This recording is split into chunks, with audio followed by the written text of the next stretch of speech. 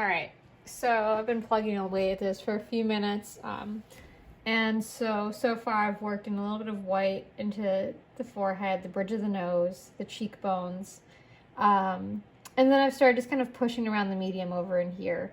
And now I'm just going to go in and address some of these smaller detail areas, kind of rework the eyes a little bit, and the mouth. And I'm also going to just push in a little bit more shadow on the nose just because I'm starting to lose that a little bit. So for the nose, I'm going to do just like I did with the side of the face. I've got a little bit of medium on my brush, and I've got a little bit of ultramarine, a little bit of burnt umber, nice cool deep shadow. And when we're talking about painting noses, it's really about painting shapes of light and dark. They seem very complicated, and I will say her nose in particular is a tricky one. There's not a lot of definition. And so you really kind of have to just treat it as these soft shifts of light and dark, and almost release a little bit of control, because we're not using line to define this form. We're really just pushing in a little shadow, and it's going to be a little lighter in some areas and then a little darker. Let that set for a minute, just so I'm not continually pushing it around. And then I'm ultimately going to push a little red in there too, just so it doesn't feel quite so cold. But I'm going to have to let that set first before I do that. All right, so I've got a little shadow pushed into the nose. And now I'm going to go in to the eyes. And this seems to be an area that's particularly tricky. So I'm going to work in a little bit of thin tint. I've got a little red and yellow ochre, our two favorites. And kind of working back in.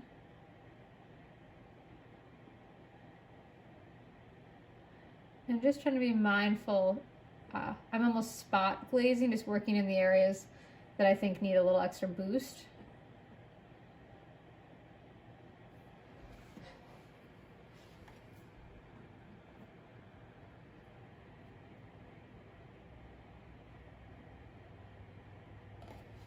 And now I'm drying off my brush, wiping it out a little bit.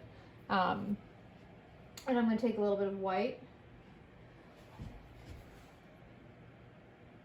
I'm just going to lift out some of this because I know that's a little heavy. And push in some of those highlights again.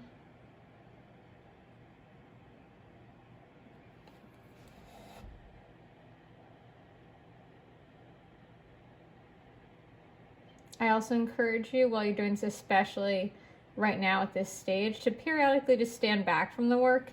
Up close, it has a very different read, and when you stand back from it, you might find that the colors are actually perhaps working better than you thought, or perhaps need to be changed. And so just, stand back, give yourself some fresh eyes when you look at it.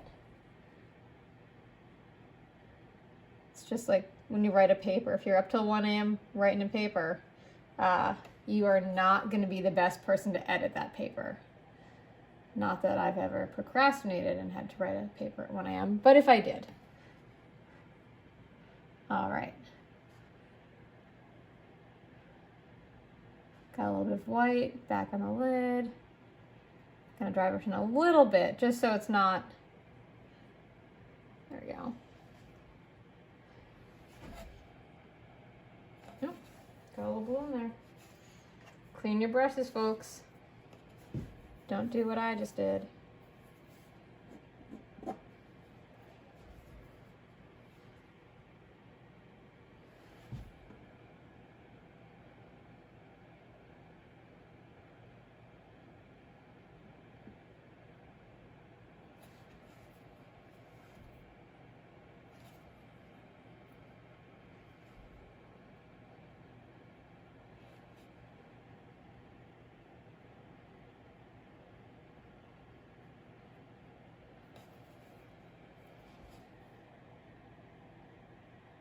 All right, so that's looking pretty good. And I think now the last thing I'm going to do before I let her her face set up is I'm gonna just go in and put another coat on the lips.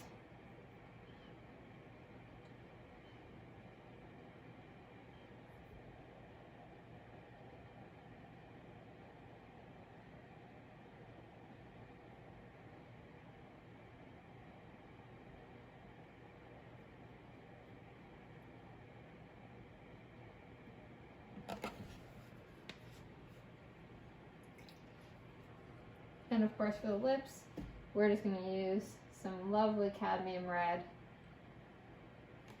Give them a little bit more body once again.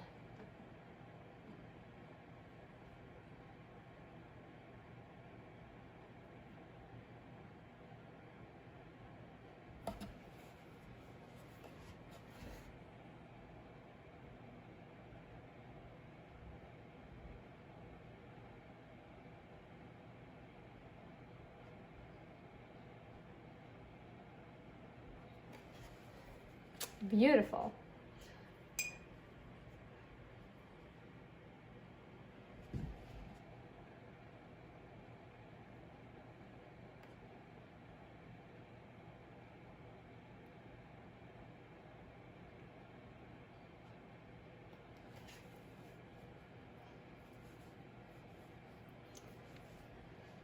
All right, and now that last step for me today is I'm just gonna be mindful of my little high key lights and just dry brush some of those back in. Again, it's easy to kind of forget this area. Well, you can certainly be more gestural and loose. You don't want to ignore it, or else it'll feel like you had two separate paintings, and that is what we're trying to avoid.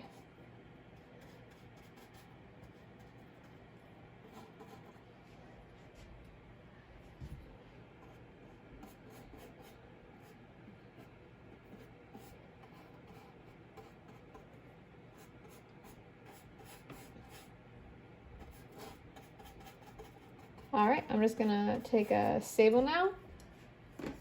You could use a hog bristle, it's really up to you. And just kind of feather that and push that around. And then I think we're gonna call her beautiful for the day.